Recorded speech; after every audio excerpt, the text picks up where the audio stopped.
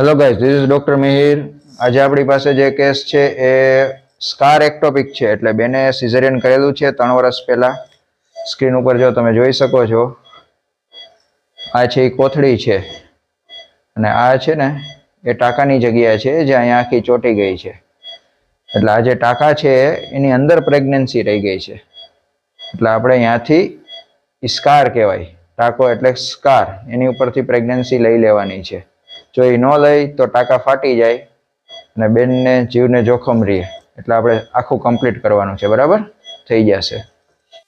Hello guys, operative બહુ સારી રીતે કમ્પ્લીટ થઈ ગયું છે. ડ્યુરિંગ પ્રોસિજર બ્લડ ડોઝ કાંઈ થયો જ નથી. બેનની 9 જ ગ્રામ હિમોગ્લોબિન છે. આપણે બ્લડ કેવું ચડાવવાની જરૂર નહીં પડે. બહુ સારી રીતે રિકવરી આવશે. એક કોમન વસ્તુ છે એક્ટોપિક પ્રેગ્નન્સી. એટલે શું? કોથળીની બહાર ગમે તે જગ્યાએ પ્રેગ્નન્સી હોય, એબનોર્મલ જગ્યાએ પ્રેગ્નન્સી હોય તો એને એક્ટોપિક પ્રેગ્નન્સી કહેવાય.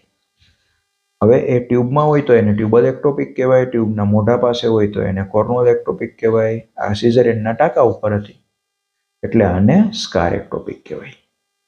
હવે જ્યારે એક્ટોપિક પ્રેગ્નન્સી હોય ત્યારે ઘણી બધી વખતે લોકો એમટીપી કીટ લઈ લે છે, પૂછા કઈછા વગર ક્યાંક બારોબારથી ઓલી 5 ગોળી જે લેવાની હોય એ લઈ લે કે ઉપર દિવસો ચડ્યા છે, પ્રેગ્નન્સી નથી જોતી તો ડાયરેક્ટ લઈ લ્યો. ના, એ ન કરવું. જો આવી એક્ટોપિક પ્રેગ્નન્સી હશે તો તમને તકલીફ પડશે, કારણ કે એ પ્રેગ્નન્સી ઉપર મેડિસિનની અસર નહીં થાય, બ્લીડિંગ અઢળક થશે અને પેશન્ટ સિરિયસ થશે. એટલે હંમેશા તે ગોળી સોનોગ્રાફી વગર લેવી નહીં, પહેલી વસ્તુ છે. બીજી વસ્તુ, પેશન્ટને એવું હોય કે કોથળી સાફ કરવાથી આ જે સ્કાર એટલે ટાંકા ઉપર છે એ સરખી થઈ જાય. ના, એ કોથળી સાફ કરાવી that is a blind procedure.